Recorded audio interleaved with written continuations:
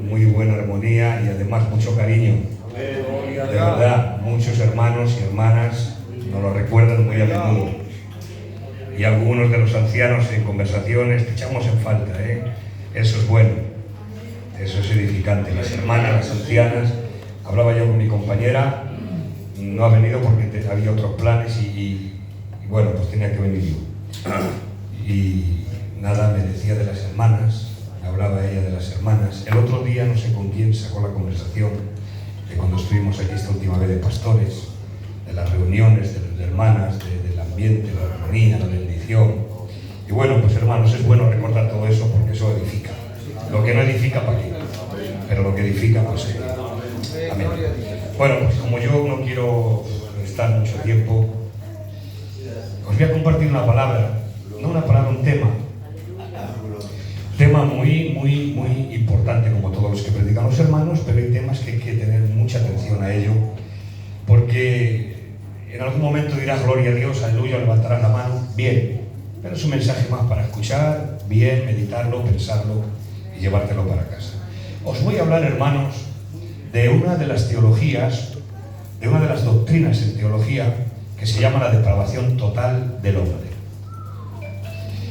La depravación total.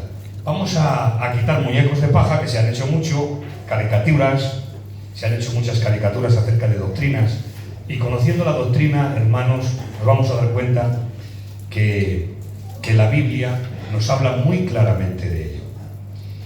El tema que yo iba a predicar, si me preguntáis, ¿este tema es calvinista? Sí. Pero si me preguntáis, ¿este tema es arminiano? Sí. Si me preguntáis, ¿este tema es bíblico? Sí, porque tanto los calvinistas como los arminianos como la Biblia enseñan la depravación total. Es bíblico y es de Dios, ¿de acuerdo? Entonces, hermanos, vamos a tratar este tema despacito, con calma, y primeramente, porque vamos a hablar de qué no es la depravación total, qué no es, porque hay mucha gente que confunde esto. ¿Qué no es la depravación total y qué sí es la depravación total del hombre? ¿Vale? Entonces, lo primero que tenemos que saber es la definición lingüística de qué es la depravación total. Mirad, hermanos, la depravación total, según la Biblia, es la inclinación antinatural de los instintos o del comportamiento del hombre. Esa es la depravación total. Y la palabra depravar viene de un término latino, del verbo pravus, que quiere decir torcido o desviado. Torcido o desviado. Claro, entonces al decir depravación, torcido o desviado, y al decir total, le estamos añadiendo intensidad a esa palabra, es decir, desviado y torcido totalmente. Eso es. Entonces, cuando hablamos de depravación total, hermanos, estamos hablando de que el hombre natural está desviado, está torcido totalmente de la voluntad de Dios y de la santidad de Dios. Está totalmente desviado. Ahora vamos a empezar diciendo, veréis qué cosa, vamos a ir entrando en detalles muy bonitos, muy importantes y muy bíblicos. Ahora bien, hermanos, ¿qué no es la depravación total? Mira, cuando hablamos de depravación total, no queremos decir que el hombre es tan malo como puede llegar a ser. No, eso no es. Cuando decimos el hombre está depravado totalmente, bíblicamente no queremos decir que el hombre es tan malo y tan depravado como puede llegar a ser. No. Por ejemplo, Hitler. Hitler fue malo. Malo no, malísimo. Tenía el espíritu del anticristo, hermanos. Hizo cosas terribles. Hitler hizo cosas terribles. Era muy malo, hermanos, con malas entrañas.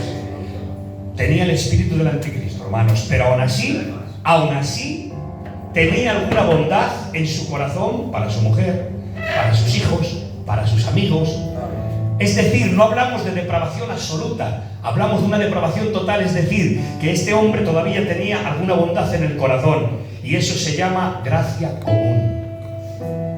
Porque Dios ha derramado gracia común en el hombre. Cuando vemos alguna buena acción, alguna buena actitud, alguna buena obra en el hombre, eso es, hermanos, por la gracia común que ha dado Dios. Eso se llama gracia común.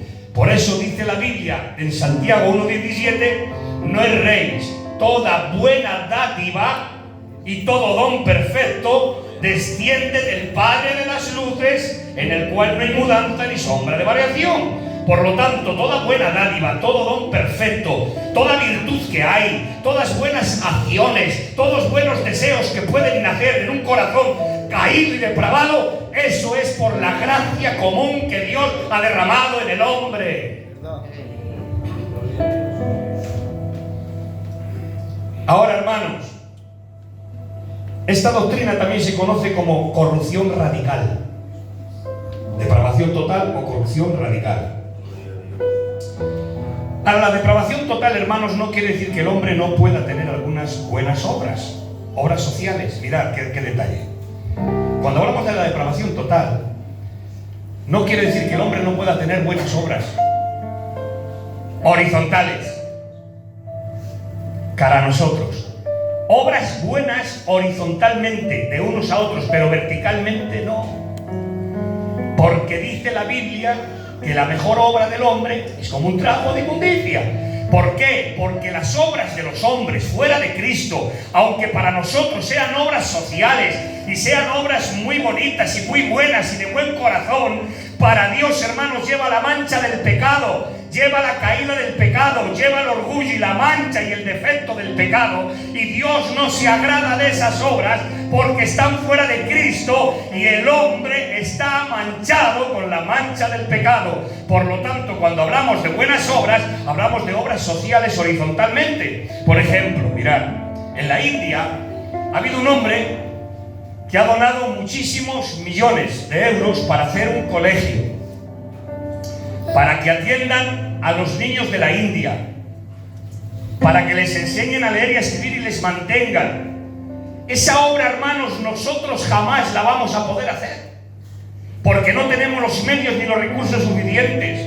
Hay hombres en la calle que van a hacer obras mejor que tú y que yo, porque tienen posibilidades y tú no. Hay hombres que tienen muchas mejores obras que nosotros, pero en esa obra tan grande como está hecha fuera de Cristo, lleva la mancha del pecado y Dios no se puede agradar. Pero tú, siendo poquita cosa, siendo un gitanito de a pie, un detallito pequeño que hagas, pero lo haces para la gloria de Dios, eso tiene premio, eso tiene resultado, eso tiene gracia, hermano. ¿Os dais cuenta? Mirad, hermanos, Amancio Ortega, el de Zara, ha donado una máquina que vale muchos millones. Y esa máquina está en Valladolid, está en el clínico. Es una máquina para las enfermedades malas, ya me entendéis. La ha donado Amancio Ortega. Esa obra ni tú ni yo la vamos a hacer jamás. No podemos, no tenemos medios. Vaya obra, Dios se puede agradar de esa obra. Es una obra social, una obra común, pero para Dios esa obra no sirve porque lleva la mancha del pecado del hombre caído. No está hecha en Cristo. Pero tú y yo, una pequeñita obra que hagamos en Cristo, eso tiene recompensa. Así que, hermanos, el hombre puede tener buena conducta, obras de caridad, cumplir ciertos mandamientos. Mirad, un hombre en el mundo, el hombre natural, puede ser fiel a la mujer. Moralmente puede ser mejor que nosotros. Moralmente puede ser muy correcto. Pero aun siendo correcto moralmente, hermanos, que habrá hombres que nunca cometerán el pecado de asesinato. Y disculpadme, habrá hombres que nunca cometan el pecado de la borrachera, ni de la estafa, ni de muchas cosas, porque son hombres moralmente correctos y no van a cometer ese pecado. Pero todo lo que hacen, hermanos, la obra que hacen, no lo hacen para la gloria de Dios, lo hacen por su reputación, lo hacen por mantenerse ellos, lo hacen por ser quien son, pero no para la gloria de Dios. Por eso, hermanos, esto nos enseña que el hombre, aunque no tenga o ciertos mandamientos, hermanos, les pueda cumplir por la gracia común, tengo que deciros que el hombre natural lleva la mancha del pecado y dice la Biblia, por cuanto todos pecaron están destituidos de la gloria de Dios. Y el apóstol Pablo nos enseña a ir agarrándose porque vamos a ir entrando, El apóstol Pablo dice, todos están bajo pecado. Miguel dice, todos, sin excepción, todos están bajo pecado. Escuchad bien, hermanas, hermanos, todos están bajo pecado. Cuando dice bajo pecado, no dice están en pecado, no dicen en pecado. Dice bajo pecado, bajo juicio, bajo sentencia. Y ahora dice Pablo, ya hemos acusado a judíos y también a gentiles, a todos que están bajo pecado. Y yo le digo, pero Pablo, ¿cómo te atreves a acusar a los judíos? También acusas. Sí, pero si los judíos tienen la amistad, la Torá, la ley, los profetas, el sacerdocio, lo tienen todo y también les acusas. Sí, porque aun teniéndolo todo, si no tienen a Cristo, están bajo juicio y bajo pecado. Así es. Qué bueno. Así es. Ahora, hermanos, la gracia común, las buenas obras sociales, estas dos excepciones no se las atribuimos al hombre porque el hombre sea algo bueno. Si los hombres no son tan malos como pueden llegar a ser, es porque Dios restringe de pecado. Escúchame bien. Y tú y yo, y abre bien los oídos, si no eres peor de lo que eres, si no pecas más de lo que pecas, si no caes más de lo que caes, es porque Dios te restringe de pecado igual que a ti. ¿Sabéis, hermanos? Génesis 20 dice la Biblia, hermanos, que Abraham baja a Egipto y le dice a su mujer, a Sara, Sara, di que eres mi hermana. No digas que eres mi mujer, que eres muy guapa y por causa tuya me pueden matar a mí. Di que eres mi hermana. Pero Abimelech ha visto a Sara desde el palacio y ha dicho, traerme a Sara para el palacio. Han traído a Sara al palacio, pero por la noche leerlo, Génesis capítulo 20. Por la noche Dios, y así está escrito, ha hablado en sueños a Abimelech. Y le dice, Abimelech, no toques a Sara porque es mujer de Abraham. Y mira la respuesta, leerlo conmigo, Y la respuesta de Abimelech dice, Señor, en el sueño le dice, Señor, tú sabes que con manos limpias y con integridad de corazón he hecho esto. Él me dijo de su propia boca que era su hermana. Yo he andado con manos limpias y con integridad de corazón. Y dice Dios, sé que con integridad de corazón has hecho esto y con manos limpias, pero yo te retuve para que no pecaras contra mí. Te lo voy a volver a repetir. Le dice Dios, sé que con manos limpias y con integridad de corazón has hecho esto, pero yo te retuve para que no pecaras contra mí. Si no te retengo, pecas. Si no te retengo, tocas a Sara. Te he retenido yo, pero si he andado con manos limpias, claro, esa es tu responsabilidad. La responsabilidad del hombre es andar con manos limpias y con integridad de corazón, pero es que Dios te restringe de pecado. El Espíritu Santo te restringe, te redarguye, te corrige, te exhorta, te restringe para que no peques. Y a veces sales de una tentación y crees que eres tú por tus méritos, fuerza y capacidad diciendo, lo he conseguido y salgo victorioso de la tentación. Pero no te olvides, esa es tu parte, porque la Biblia enseña la soberanía de Dios, pero también enseña la responsabilidad humana. Él es responsable, por lo tanto tu responsabilidad es andar con manos limpias y con integridad de corazón. Esa es tu responsabilidad. Pero no te olvides que si sales victorioso de alguna tentación es porque Dios te ha capacitado, es porque Dios te ha restringido, es porque Dios te ha llevado.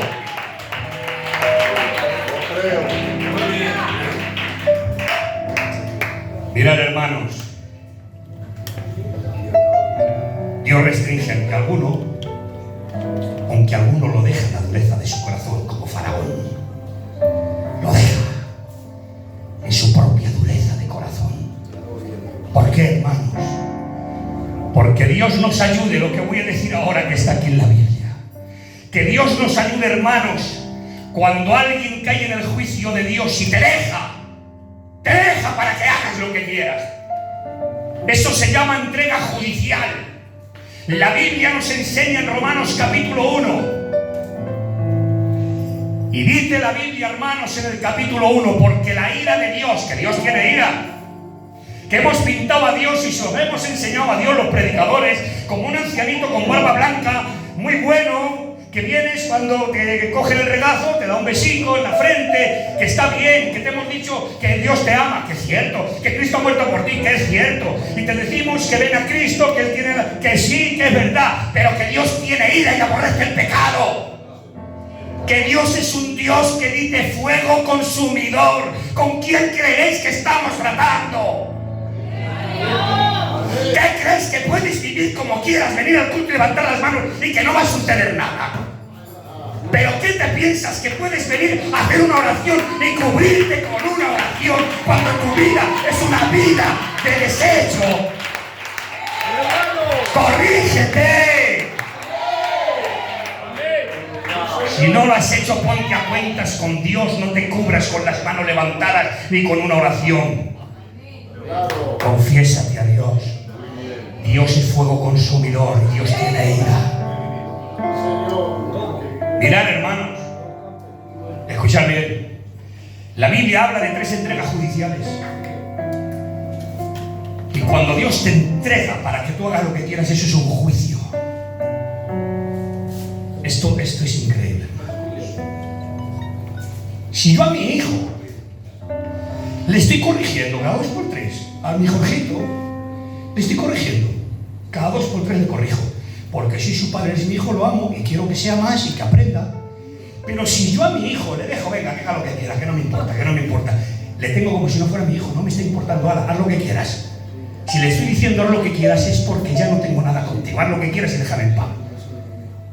Por eso cuando Dios entrega judicialmente, mirad, hermanos, abrid los oídos, que esto es muy fuerte. ¿Podéis leer en Reina Valera, por favor? Del 60, porque la que tengo yo es del 2015. Y las frases las vais a entender mejor. Capítulo 1. Voy a decirte versículos, Moisés, de Romanos. Escuchad bien, Romanos capítulo 1. Yo te voy diciendo los versículos, tú lo lees con voz alta, Escuchad bien, porque esto, hermanos, es para la iglesia del Señor. Romanos 1, el verso 24. Vamos a leer el 24. Con fuerza, Moisés. Por lo cual también Dios los entregó a la inmundicia en las concupiscencias de sus corazones, de modo que deshonraron entre sí sus propios cuerpos. Eso dice primera entrega. Por tanto, Dios los entregó a la concupiscencia de sus corazones, de modo que deshonraron sus propios cuerpos, pero se ha parado donde yo quería que siguiera. Porque dice, porque las mujeres cambiaron el uso natural y los hombres cambiaron el uso natural de la mujer y se encendieron en sus lascivias unos con otros, cometiendo con avidez hechos vergonzosos y recibiendo en sí mismo la retribución debida a su extravío. Ahora bien, dice, Dios les entregó a la concupiscencia de sus corazones. Verso 26, escuchad. Por esto Dios los entregó a pasiones vergonzosas, pues aún sus mujeres cambiaron el uso natural por el que es contra naturaleza. Sigue. Y de igual modo también los hombres dejaron el uso natural de la mujer, se encendieron en sus lascivias unos con otros, cometiendo hechos vergonzosos, hombres con hombres, y recibieron a sí mismos la retribución debida a su extravío. Oh, hermanos, habéis oído bien. Dios les entregó a pasiones vergonzosas. Pero primer punto, mirad, el pecado es una escala en descenso. El pecado no se cansa, cada vez más. Y cuando vas pecando te vas enfangando. Y cuando te das cuenta estás hundido en la miseria. Porque el pecado es una escalera descendente. Mirad, dice, Dios les entregó. ¿Y les entregó a qué? A la concupiscencia de sus corazones. Segunda entrega, Dios les entregó a pasiones vergonzosas. Tercera entrega, verso 28. Y como ellos no aprobaron tener en cuenta a Dios, Dios los entregó a una mente reprobada. Ahí está. Para hacer cosas Que no conviene. Amén. Y como ellos no tuvieron en cuenta a Dios, Dios les entregó a una mente reprobada. Os explico las 3 entregas judiciales. Os las explico. Primera entrega. Dios les entregó a pasiones, a la concupiscencia de sus corazones. ¿Cómo es que Dios les entrega? Te dice, toma, ala. No. Mirad, hermanos, los más ancianos conocen porque han estado con las bestias. Un caballo que tiene mucha fuerza, un caballo bueno, con la fuerza que tiene, le puedes dominar con el bocado, ¿sí o no, hermanos? Un pequeño bocado le dominas, le pones freno, le llaman freno. De hecho, el caballo va para adelante, pero tú le sujetas y el caballo para, no tira para adelante, le frenas. El caballo quiere tirar, pero el bocado le frenas. Aquí lo que está diciendo es que Dios, por la gracia común y por la restricción del Espíritu Santo, está restringiendo el pecado, pero como hay personas, hay hombres y hay mujeres que están deseando ir al pecado y que están enfangando y de tal manera están tirando con fuerza y quieren desembocar en su propio pecado, lo que hace Dios, hermanos, es quitar el pequeño freno moral que les queda, les quita el bocado, les quita el freno moral y ahora ellos desembocan en sus propias pasiones, porque Dios quita la restricción, les quita el bocado. Y al quitarles el bocado, el hombre se desboca. Mirad lo que hace Dios con la restricción. El hombre se desboca. El hombre y la mujer, hermanos. Ahora, primero, Dios les entrega a la concupiscencia de sus corazones. Mirad, la escalera al descenso del pecado. La concupiscencia de los corazones desemboca, dice, Dios les entregó a pasiones vergonzosas. Es decir, la concupiscencia del corazón te lleva a pasiones vergonzosas. Y las pasiones vergonzosas te llevan, dice, Dios les entregó a una mente reprobada, desaprobada. Es decir, hermanos, que la concupiscencia de los corazones desembocan en pasiones vergonzosas y las pasiones vergonzosas desembocan en una mente reprobada, desaprobada. Oh, hermanos, no hay nada en la criatura, hermanos, digno o bueno fuera de Cristo. No hay nada digno o bueno para que Dios salve al hombre. ¿Qué te crees porque te salvo a ti? ¿Por qué me salvo a mí? ¿Por qué te salvo a ti? ¿Qué crees? ¿Que Dios miró desde el cielo? Y con mucho respeto por la amistad y el amor que os tengo y el cariño y vosotros a mí, a los ancianos, voy a usar al tío Jani en este ejemplo. ¿Qué cree tío Jani? Que Dios miró y dice, este hombre hay que salvarlo porque es muy formalico. Es un buen hombre, muy buen gitano, y es muy formal, y tiene muy buenas acciones. Vamos a salvarle. No fue por eso. Porque cuando me miró a mí, el José tiene buen corazón, es buen hombre, vamos a salvarle, que este merece la pena.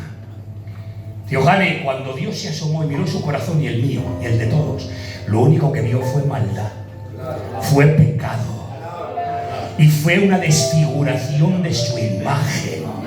No hubo nada que le motivara para salvarnos. Externamente no vio nada para salvarnos. Nació del puro afecto de su voluntad. Él de su propio ser, hermanos, nos ha querido salvar. Dice Efesios 1:5 que Él nos salvó por el puro afecto de su voluntad. ¿Sabéis qué quiere decir puro afecto? Que no tiene mezcla, puro. No ha habido mezcla, no había nada que le motive. No ha habido nada que diga, hay que salvarle. Este detallico, este hombre tiene buen corazón. No, es puro afecto ¿de qué? De su voluntad. No ha habido mezcla en Él, no hay nada que le motivara. Ha sido su propio amor, ha sido su propia esencia, que te ha querido salvar, que te ha querido perdonar. El puro afecto de su voluntad, hermano. Gloria a Dios. Gloria a Dios.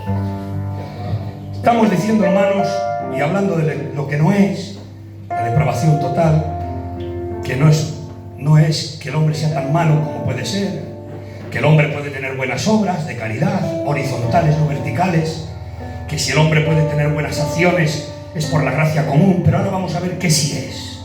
¿Qué sí es la depravación total? Vamos a verlo. Mirad, la definición auténtica de la depravación total es la incapacidad o inhabilidad del hombre de poder buscar a Dios por su propia iniciativa. Apuntarla. La depravación total quiere decir única y exclusivamente que es la incapacidad o inhabilidad del hombre de poder buscar la salvación por su propia iniciativa. El hombre no va a buscar la salvación por su propia iniciativa.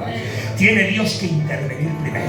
¿Y cómo interviene Dios primero? Dios ha decretado la salvación y el medio de la salvación, que dice: por gracia sois salvos por medio de la fe. Esto no es de vosotros, es don de Dios. Por lo tanto, por gracia sois salvos. Dios ha decretado la salvación y el medio, el mensaje, la locura de la predicación. Dios ha decretado la salvación, pero también el medio, el mensaje. Por el oír viene la fe. ¿Cómo creerán si no hay quien les predique? Es por medio del mensaje, hermanos, por la locura de la predicación. Y claro, unos lo dicen gracia previniente, otros lo llaman regeneración. Pero el caso, hermanos, es que el hombre no puede ir a Dios si Dios no interviene primero. ¿De acuerdo? Mirad, hermanos. Amén. Ningún elemento de nuestra personalidad es menos afectado por el pecado que otra. Es decir, el hombre ha nacido con la voluntad, el intelecto y los afectos tocados por el pecado. Vamos en la recta, me quedan unas cositas muy bonitas. Todo lo que es el hombre, su voluntad, sus afectos, su razón, ha sido afectado de igual manera por el pecado, hermanos. No hay una parte menos afectada que otra. El hombre ha sido afectado por el pecado en su totalidad. Ha sido afectado su voluntad, su intelecto y sus afectos. Ahora bien, hermanos, Romanos capítulo 3, el apóstol Pablo, cómo me gusta esto, de verdad. Cómo me gusta. Mirad, el apóstol Pablo hace una radiografía del hombre natural. Igual que cuando vamos al médico y nos hacen una radiografía, pueden ver los órganos internos que a simple vista no les ves. Pueden ver los huesos, pueden ver los riñones. ¿Por qué? Porque se hace una radiografía y se ve lo que a simple vista no se ve. Bueno, pues el apóstol Pablo hace una radiografía del hombre natural y nos hace ver lo que a simple vista no vemos. ¿Y qué es lo que vemos? El apóstol Pablo hace una tomografía. Romanos capítulo 3 y versículo 10. Dice, ¿lo puedes leer, Moisés? Que queda mejor. Capítulo 3, del verso 9 hacia adelante está. Escuchad. ¿Qué pues? ¿Somos nosotros mejores que ellos? En ninguna manera. Pues ya hemos acusado a judíos y a gentiles, que todos están bajo pecado. Como está escrito, no hay justo ni aun uno, ni hay quien entienda, no hay quien busque a Dios. Todos se desviaron, a una se hicieron inútiles. No hay quien haga lo bueno, no hay ni siquiera uno. Hasta ahí, Moisés. Mirad la radiografía, hermanos, prestar atención porque vamos a entrar en el mensaje, a brochar y resumir. Mirad, hermanos, el apóstol Pablo hace esta radiografía y dice, mirad lo que dice: no hay justo ni uno. Ni uno. No hay justo ni uno, y esta es palabra inspirada del Espíritu. No hay quien entienda, no hay quien busque a Dios. Todos se desviaron a una, todos se hicieron inútiles. Veneno de áspides hay debajo de su lengua. Se desviaron por completo. No hay justo ni uno, no hay quien busque a Dios, no hay quien haga el bien. No hay, y rubrica diciendo, ni tan siquiera uno. Ni uno. En el mundo delante de Dios no hay uno justo, no hay uno bueno, no hay quien haga el bien, no hay quien le busque. Dice, todos se desviaron a una, se hicieron inútiles, sepulcro abierto en su garganta y veneno de áspides hay debajo de su lengua. No hay ni siquiera uno. Oh, hermanos, si desde el Génesis vemos los efectos de la caída, desde el Génesis, mirad, Caín mata a Abel. ¿Me podéis decir cuántas personas había en la tierra en ese momento? 4. Adán, Eva, Caín y Abel. Perdonadme los que están de hábito. No había drogas. No había alcohol. No había malos ejemplos.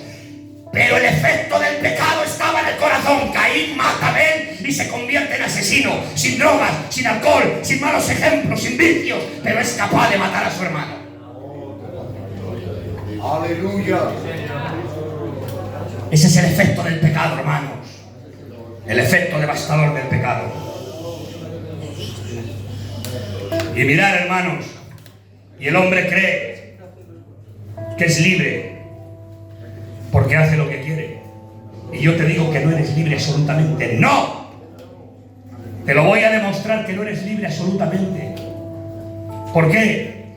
Mirad, Jesús dice, el que practica el pecado es esclavo del pecado.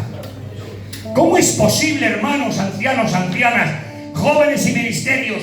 ¿Cómo es posible, Pastor Josué, que haya gente en el mundo que crean que son libres absolutamente cuando dice la Biblia que Jesús dijo el que practica el pecado es esclavo? Si eres esclavo, ¿cómo dices que eres libre? Eres libre para tomar decisiones, pero no eres libre absolutamente. Libre para tomar decisiones, sí. Mira, comes carne o pescado, te echas la siesta si quieres, si no, no. Vas a trabajar si quieres, te pones de blanco o de rojo, te pones el moño, si no quieres, no. Si quieres venir al culto, si no. Hoy has tomado miles de decisiones voluntarias, sin que nadie te obligue. Tomas libres decisiones, pero no eres absolutamente libre. ¿Sabes por qué? Porque tu voluntad está sujeta a tu naturaleza. Y mirad, hermanos, sigue diciendo Jesús, pero si el Hijo os libertare, si el Hijo os libertare, verdaderamente seréis libres. ¿Y por qué dice Jesús? Si el Hijo os libera, seréis verdaderamente libres. Verdaderamente, dice, es que la palabra clave ahí es esa, verdaderamente. Porque sois libres, pero no verdaderamente, sois esclavos del pecado. Pero si el Hijo os libera, seréis verdaderamente libres. Hasta que Cristo no te libera, no eres libre. Por eso, ahora Él te ha hecho libre, te ha hecho participante de su naturaleza divina por medio del nuevo nacimiento. Y ahora puedes agradar a Dios, cosa que antes no. Ahora puedes cumplir con las exigencias de Dios. Ahora puedes agradarle, cosa que antes no. Él te ha liberado. Y te ha liberado no para que vivas la vida como quieras. Te ha liberado para que le agrades. Te ha liberado para que le busques. Te ha liberado para que le adores. Te ha liberado para que le glorifiques. Es que ahora Él te ha hecho libre. Pero no te ha hecho libre para que vivas como quieras. Te ha hecho libre para que le agrades. Que antes no podías, que aunque dijeras que querías, no podías, pero verdaderamente te ha hecho libre. Te ha roto las cadenas y las ligaduras que te ataban.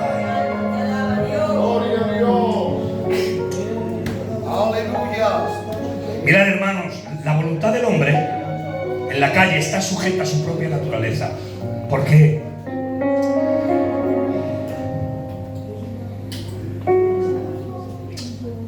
Os voy a explicar esto bien.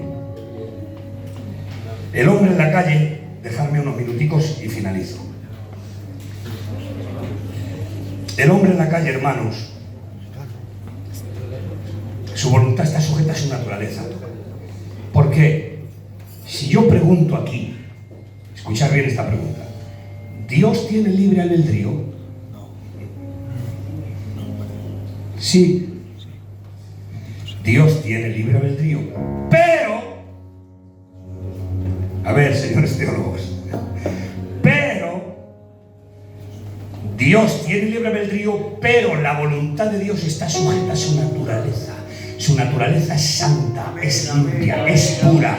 Por eso su voluntad siempre está sujeta a su naturaleza santa, pura y limpia. Por eso Dios nunca puede desear pecar. Por eso Dios no puede mentir. Entonces, ¿tiene libre albedrío para hacer lo que quiera? Sí, pero siempre va a hacer lo que esté de acuerdo a su naturaleza. Su naturaleza santa, su naturaleza limpia, su naturaleza pura. Él siempre va a hacer lo que está de acuerdo con su naturaleza. Dios no puede mentir, Dios no puede desear pecar. Él es santo. En cambio, el hombre en la calle, Su voluntad está sujeta a su naturaleza y el hombre caído está depravado en el sentido del efecto del pecado que ha sido afectado el intelecto, las emociones, los afectos. Por lo tanto, el hombre en la calle, hermanos, la voluntad de él está sujeta a su naturaleza caída. Por eso el hombre siempre desea pecar. Siempre. El hombre en la calle siempre desea pecar. Es más, el hombre en el mundo aborrece a Dios. Hoy en día no podemos predicar en la calle de la santidad, resinan los dientes. Predicamos en contra, disculparme, de todo esto que está saliendo ahora, perdonadme la frase, de la homosexualidad. Te llevan preso, hermanos. No podemos hablar, pero se está cumpliendo el texto de la Biblia que dice: en los últimos tiempos habrá gente que dirá lo malo bueno y a lo bueno lo llamarán malo. Se está cumpliendo el texto, pero aquí hay una iglesia que ama la santidad, que ama la obra de Dios, que ama a Dios. Oh, gloria a Dios.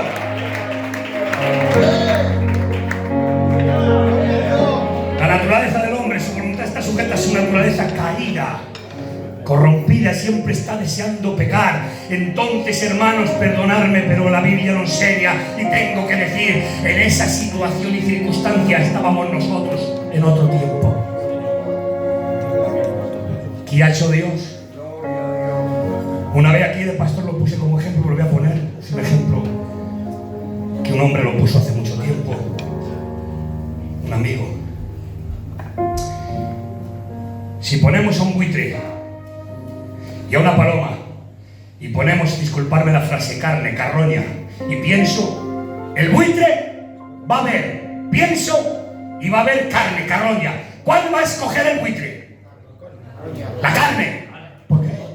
Porque su voluntad está sujeta a su naturaleza y su naturaleza es carroñera. Por lo tanto, aunque está viendo para escoger, su voluntad, como está sujeta a su naturaleza, va a coger carne aunque está viendo la albiste.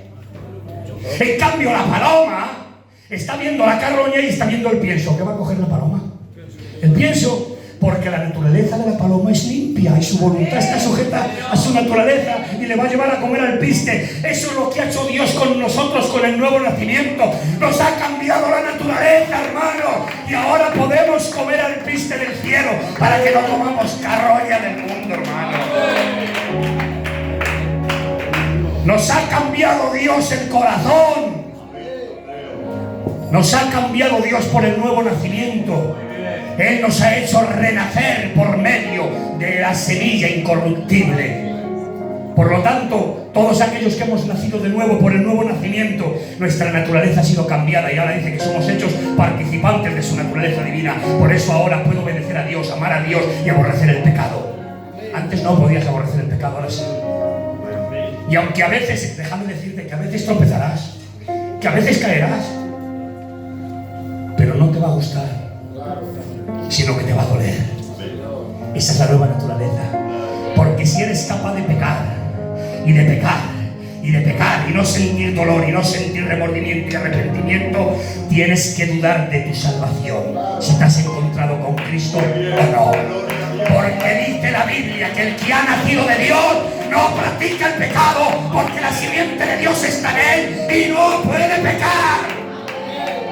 Podrás caer, podrás cometer un pecado, pero no te deleitarás en él. No te gozarás en ello, te dolerá. Hermanos, si ha habido veces que hemos estado en alguna reunión así con hermanos, y a veces, hablo yo, he hablado un poco más de la cuenta y he dicho una frase un poquito áspera, y después me he ido a casa de palabra y digo, ¿qué le pasó mal? Cargado. No tenía que haber dicho esa frase. No lo tenía que haber dicho, he hecho mal, he hecho daño. Si es una frase y nos carga, pero ¿por qué creéis? Porque la nueva naturaleza está en nosotros y nos ayuda el Espíritu Santo, hermanos, para agradarle a Él y pedir perdón. Así que, hermanos, voy en la recta final. Entonces, todo esto, hermanos, podemos decir, el hombre, algunos dicen, el hombre es víctima de pecado. El hombre es una víctima. ¿Qué culpa tengo yo de lo que hicieron a Adán? ¿Qué culpa tenemos nosotros? El hombre no es víctima de pecado. Si el hombre fuera víctima, Dios no tendría ningún argumento legal para condenar a nadie. Pero Dios es justo. Y si condena a alguien es porque el hombre es responsable de sus actos. Mirad, hermanos, el hombre no es víctima, es culpable de pecado. Y así lo dice la Biblia. Por cuanto todos pecaron, están destituidos de la gloria de Dios. Todos están bajo pecado. El hombre se deleita en el pecado, hermanos. Se deleita en el pecado el hombre. Aborrece a Dios. Y dice que en los últimos tiempos habrá hombres. Varios hermanos, ancianos, dice la Biblia que en los últimos tiempos habrá hombres amadores de sí mismos. Escuchad bien, por favor, que esto me duele, pero lo dice la Biblia. Aborrecedores de los padres, violentos, sanguinarios. Y mirad qué frase dice, mirad qué frase, que me pone la piel de gallina, hermanos. Sin afecto natural. Oh, Rey. El pecado, hermanos, te destruye, pero la gracia de Dios te salva. Así que, hermanos, el hombre no es víctima de pecado. El hombre es culpable de pecado por cuanto todos pecaron. Y ahora mirad, hermanos, lo que es la depravación total. Os cito 3 o 4 textos citados y finalizo. Génesis 5 dice: y todo designio de los pensamientos del corazón del hombre era de continuo solamente el mal. Salmo 58:3: se apartaron los impíos desde la matriz, se descarriaron hablando mentira desde que nacieron. Escuchad bien, hermanos, que lo repito. Se apartaron los pecadores desde la matriz, se descarriaron hablando mentira desde que nacieron. Esa es la depravación. El hombre nace con la naturaleza caída. Por eso a los niños pequeños no hay que enseñarles a hacer mal, hay que enseñarles a hacer bien. Porque desde pequeñicos ya mienten, ya engañan, ya tienen envidia, ya rompen cristales, ya dicen palabrotas. ¿Por qué? Porque eso va en la naturaleza caída. Por eso hay que enseñarles a hacer el bien, porque el mal ya está en ellos. Dejadme citaros estos textos que tengo aquí. Salmo 51:5: he aquí yo nací en maldad y en pecado me concibió mi madre. Primera de Corintios 2:14: pero el hombre natural no percibe las cosas que son del Espíritu de Dios, porque para él son locura y no las puede entender, porque han de discernirse espiritualmente. Efesios 2:1-3: y Él os dio vida, atención, por favor, y Él os dio vida a vosotros cuando estabais muertos en vuestros delitos y pecados. Dice que estabais muertos en vuestros delitos y pecados, no dice enfermos, no dice con un déficit, dice muertos en delitos y pecados, y Dios os dio vida. En el mundo estábamos muertos, hermanos, pero la luz del Evangelio nos ha resplandecido y nos ha resucitado con Cristo, hermano. Romanos 8:7, escuchad: por cuanto los designios de la carne son enemistad contra Dios, porque no se sujetan a la ley de Dios, ni tampoco pueden, ni se sujetan ni pueden, por la naturaleza depravada, por la naturaleza caída, hermanos. Segunda de Corintios y segunda de Timoteo 2:25-26. Voy a leer yo este texto y finalizo, hermanos. Con este texto os voy a dejar, pero abrid bien los ojos de este texto que merece la pena. Segunda de Timoteo, el 2:25. Vamos a ver. Mirad lo que dice el texto: corrigiendo con mansedumbre a los que se oponen. Hay gente que se opone a la verdad, al Evangelio. Corrigiendo con mansedumbre a los que se oponen, por si quizás Dios les conceda que se arrepientan. Hermanos, tiene amiga, corrigiendo con mansedumbre a los que se oponen, por si quizás Dios les conceda que se arrepientan, hermanos. Así que, hermanos, desde el Génesis vemos la caída, y el hombre, cuando cometió pecado, lo primero que hizo es esconderse. Pregunto, ¿quién fue a buscar a Dios? ¿Fue el hombre a buscar a Dios o fue Dios a buscar al hombre? Por eso dice la Biblia: no me buscasteis vosotros a mí, fui yo quien os busqué a vosotros. Si, hermanos, si Dios no sale en busca de Adán, todavía Adán está debajo de una higuera o de un matorral, escondido por el pecado, atemorizado. Pero Dios sale a su encuentro cielo y le dice: Adán, ¿dónde estás tú? ¿Acaso Dios no sabía dónde estaba Adán? Si es omnisciente, sí, pero le está diciendo: ¿dónde estás? Sal, hombre, sal de tu propia iniciativa, que te estoy dando la oportunidad de arreglarte conmigo. Habla conmigo, ten un encuentro conmigo, que quiero tener una charla contigo. Hoy, hermanos, el final de este mensaje es el siguiente: ven a Cristo, habla con Él, ponte a cuentas con Él, pídele perdón, restaura tu vida. Hay tiempo de salvación. Dice la Biblia: el que a mí viene, yo no le echo fuera. Si tus pecados fueran como la grana, vendrán a ser blancos, y si fueran rojos como el carmesí, serán emblanquecidos como la nieve. A todos los sedientos, venid a las aguas, y los que no tenéis dinero, venid a comprar sin poder ni sin dinero vino y leche, porque gastáis vuestro trabajo en lo que no es pan, y vuestro dinero que no sacia. Oídme atentamente, dice Dios, y comed del bien, y se deleitará vuestra alma con grosura. Hay tiempo de restauración, hay tiempo de salvación. El que a mí viene, yo no le echo fuera. Vayamos a Cristo, confesemos nuestros pecados y arreglemos nuestra vida con Dios. Un aplauso, que Dios os bendiga, y hasta la próxima, si Dios quiere.